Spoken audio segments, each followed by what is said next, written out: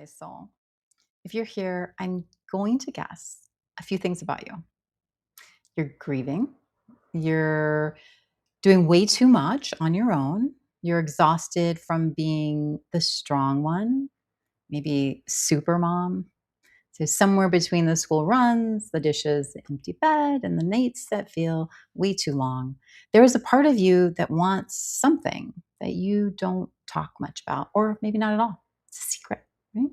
The late night texts, maybe it's that dating app, the flirting, the feeling of someone's hands on you, just the proof that you are still a woman, you are still beautiful and desirable, not just the widow or the mom. And right behind that is some shame, maybe a little self judgment. Maybe there's some fear about what all this means about you. So, if this is you, I want to say, I see you. So in this episode, it's for that part of you you're maybe hiding. It's that part of you that you're keeping secret in your grief. So hi, I'm Patience McGrane and welcome to Patience in the Morning. And today we're going to talk about how to turn your understanding of widow's fire into actual safety. Some protection for your heart, your kids, and your future without shaming the woman you are. Okay. What's really possibly happening here? Let's be honest about how it might look. It's late. The house is finally quiet.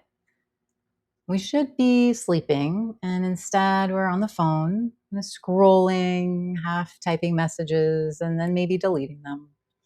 Maybe we're thinking about someone who gives us attention, but not real care. Maybe we don't really want them. Maybe we're on an app that we've promised ourselves we were going to delete. Maybe we're just staring at the empty side of the bed thinking, I can't believe that I'm alone and he's not here. Our bodies get really loud during widow's fire. Our chest can get so heavy during grief, and then our thighs, our loins can feel so heavy and fiery and restless. So we want something and we're not even sure for sure what it is. Is it sex? Is it conversation? Is it comfort, sleep, or just a moment of not feeling alone? Maybe it's just some relief from our pain. Right? And then sometimes we have these thoughts like, if I were a good wife, I wouldn't feel this way. If I were a good mom, I wouldn't be thinking about these kinds of things right now. If anyone knew what I'm thinking about and what I'm wanting or doing, they would think I'm dirty or just disgusting or disloyal. This is the moment I want to sit with you. Because this is where safety starts, not by pretending you don't feel this, not by kind of stuffing it down and acting like it's not there, because this is part of the grieving process. It's by telling the truth about what's actually under these feelings and these urges, and even some of these thoughts. Protect our hearts by naming the real need. This is about safety. So I'd like to give you a gentle, honest question to reflect upon. So before you text, before you swipe, before you decide that you're dirty or terrible, ask yourself, maybe even bring your palms to your heart and ask yourself, what am I really reaching for right now? Just noticing how you feel, noticing, what am I really reaching for? Or we want to dig deep. We don't want the surface answer. We want to dig deep underneath. As we dig, we might notice and realize that maybe we want someone to look at us and see the woman, not just the widow. We want to feel chosen instead of abandoned. We want this ache and this pain in our heart and our body to just have some relief. We want proof that we're still alive, that we matter. And all of this is important because here's the truth. A random hookup, a half-present man, a half-present us, or a late-night flirt may not be able to give us what we need. They can give us some distraction. They can give us some relief. They can give us some intensity. They can give, a little bit of something that's not going to last. But the tender and genuine care, the real safety, the real security, the real genuine being cherished by someone else, someone who can hold your grief and your body at the same time, that is a different story. So when we ask, what am I really reaching for? When we take a moment or a few moments to pause and ask this, we give our heart a chance to say, oh, wait, I'm not just horny. I'm not really attracted to them. I don't really want this. We allow our hearts to actually have a voice, a real voice. So it's not, it's not the surface voice, it's the deeper one. It's the deeper where our heart and body can say, I'm lonely, I'm longing, I'm grieving, I miss him. So that honesty will help protect us. It will protect you. So being honest doesn't mean you'll never make risky decisions. It means you're less likely to just kind of hand over your heart to someone you already know, or maybe are believing just because of your lack of clarity right now in your pain and suffering. You want to believe that this person, and you believe sometimes even in your heart that they really can hold you in your heart. So this is where we want to be honest. We want to be honest with ourselves, because right now the pain and the grief can trick us into believing like anyone who shows interest or shows up, that they can actually provide us that safety, the security. They're going to genuinely be people that we trust and that trust us, and that they're going to protecting your kids by separating your adult world from your children's world. This is a second layer of safety. So we'll talk about your kids. You live in two worlds: the adult world, where there's grief, there's widow's fire, there's bills, there's a job possibly, maybe there's the loneliness, the desire, the fear, okay, the hopes. And the kid world, it's the cuddles, the kisses, the cries, the fussiness, the breakfast, homework, rides, athletics, bedtime stories, these young, tiny people that look to you for safety. So your kids do not need to carry your adult world or your adult problems. They do, however, live inside the consequences of your choices. So when we choose, our adult choices have consequences that impact our children. That doesn't mean we never date, we never desire, that that we never take a risk. Doesn't mean that we're going to be a widow forever and we just close up shop. It means that we build a soft barrier, we build a boundary or a gentle, beautiful fence, right, between their world and then our late night chaos or our widow's fire, our dating. So a few simple practices. Keep the adult stuff out of kids' spaces. I know you know this, but sometimes we forget when we're suffering and things get cloudy. So what happens on your phone at midnight doesn't belong in their room, their space. It doesn't belong in their routines. They're just in their line of sight, right? They're watching you, okay? So do your things behind closed doors. Do your things on your own private time. And I know, especially sometimes this can be hard when now you're a solo parent, and it can be hard when you're got a partner. Even harder when you're a solo parent. These acts are not being secretive. You're not hiding anything. Just they're acts of love. Boundaries are healthy. We want to have healthy boundaries, even with our children. So again, I know you know this. Wait before introducing anyone new.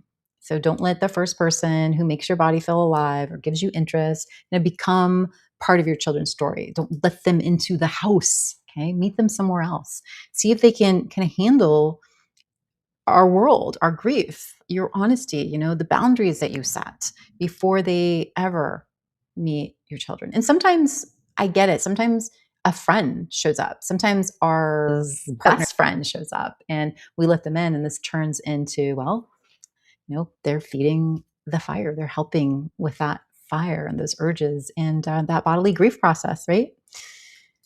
So before you make a decision about a hookup, before letting them in the house or picking up the phone, I want you to pause and ask this question, and maybe bring your hands to your heart.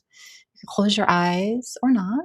and say, will this choice leave me more emotionally available to my children or less emotionally available to my children? Just pause and really sit with that and be honest with the answer. So if the honest answer is I'll be more anxious or more ashamed or I'll be more distracted, then your maternal instinct is talking to you and it's telling you it's got some information. It's pretty wise. So let that instinct matter as much as the loneliness. So you're not a bad mom for wanting touch. We're not bad. We're not disgusting for wanting to be cared for, and especially in this terrible time of our life that we didn't plan for and we don't have the tools for. But when we set these boundaries and kind of a plan around it, then we're able to protect not only ourselves, but we're able to protect our children.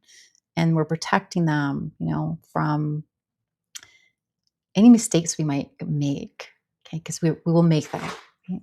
So you're a protective mom for caring about where, when, and with whom things happen. The third safety layer is about protecting your future self.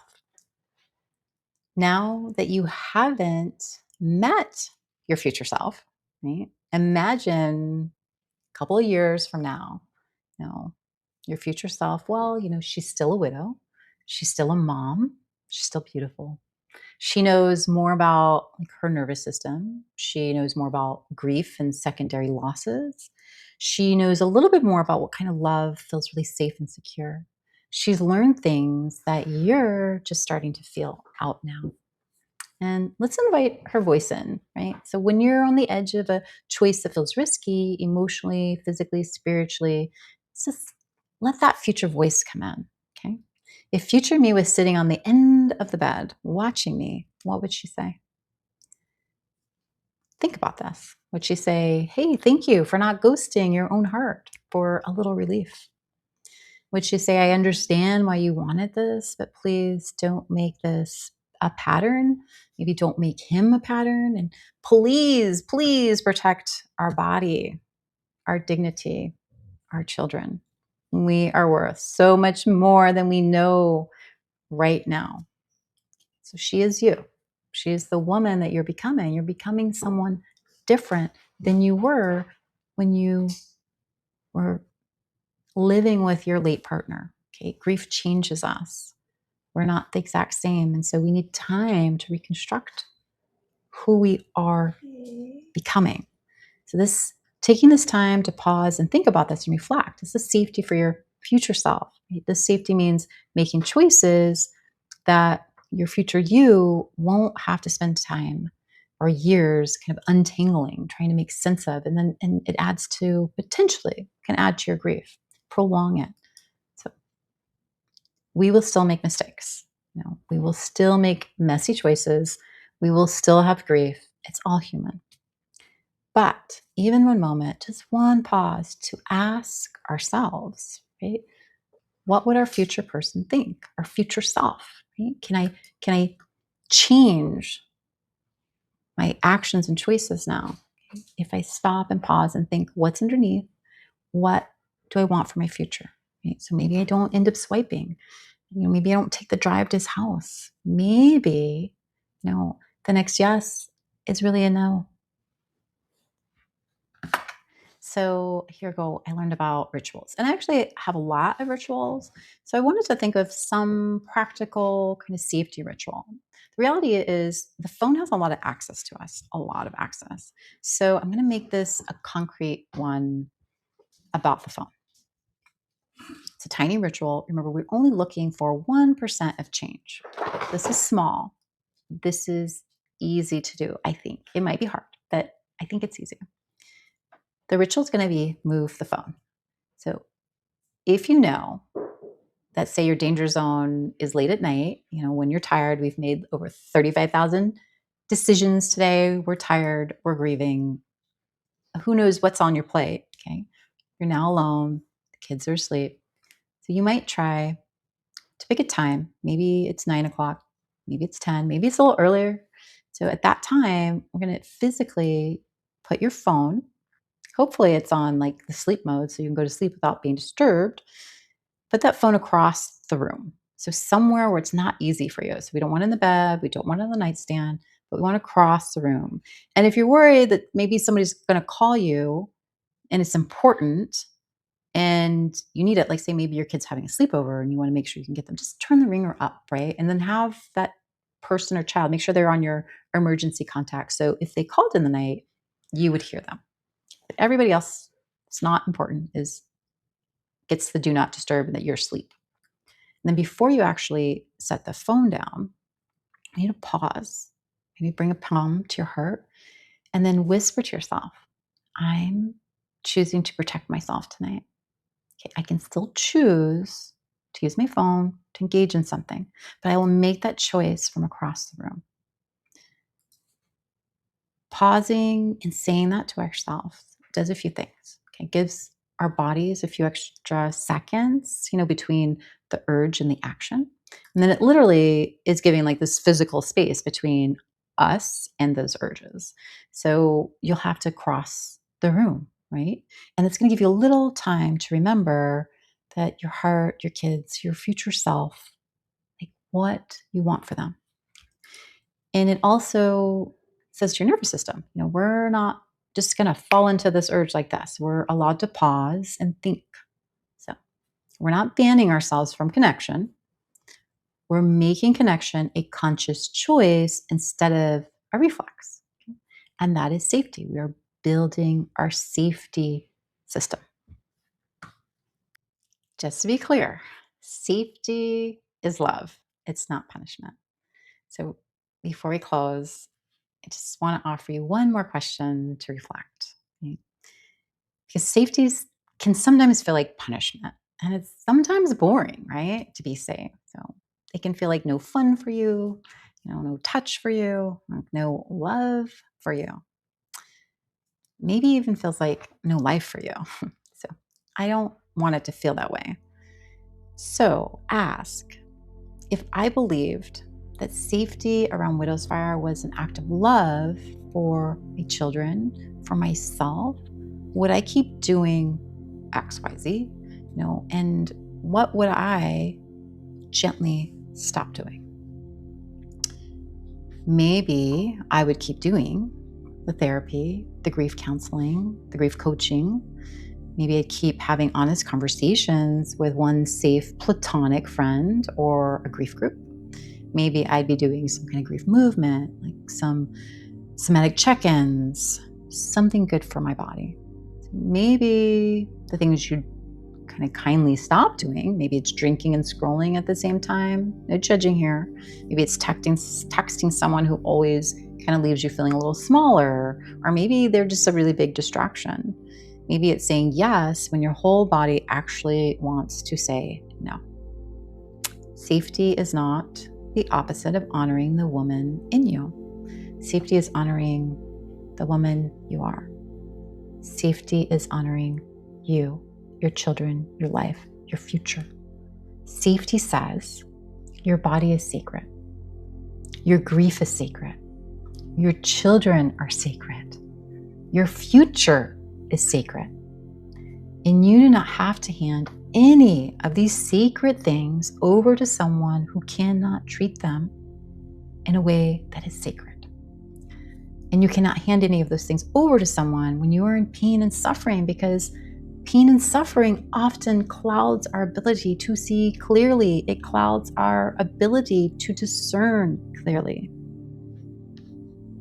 So, in closing, if you're still listening this far, it means probably that you care deeply about your well-being, your kids, and all the woman you are becoming, your future self, even if part of you right now feels out of control. Widow's Fire does not make us bad. It doesn't make you bad. It makes us human. You're human. You're a woman. You're allowed to want. You're allowed to grieve. You're allowed to be tired of sleeping alone. You're allowed to feel like your skin is burning for touch. You're allowed to want new partnership. You are also allowed to protect yourself. Okay, but that involves one pause, to pause and reflect. One practice each day or night. Practice moving the phone away. One honest, reflective question. Okay? One choice that your future self will look back on and say, thank you for loving us like that. Thank you. You don't have to do this perfectly. It's impossible. You can make mistakes. We all make them. You don't have to do it alone. Grief is not meant to be done alone. Widow's fire can confuse who we want to do that with. So get some clarity. And then if tonight is one of those nights, I hope you remember this, that you can be a woman on fire and a woman who chooses safety. And that, my love, is not a weakness. That is a wisdom. You are wise as you grow into this new woman, this new life you didn't choose. Okay, but you get to choose. You get to choose what you move into now. Okay? You didn't get to choose what happened. You didn't get to choose that loss, but now as you move forward, choose. Thank you so much for joining me here and trusting me with your grief. And may you remember that you are loved, to choose love for yourself, for your children, and for your future self. And you go with love.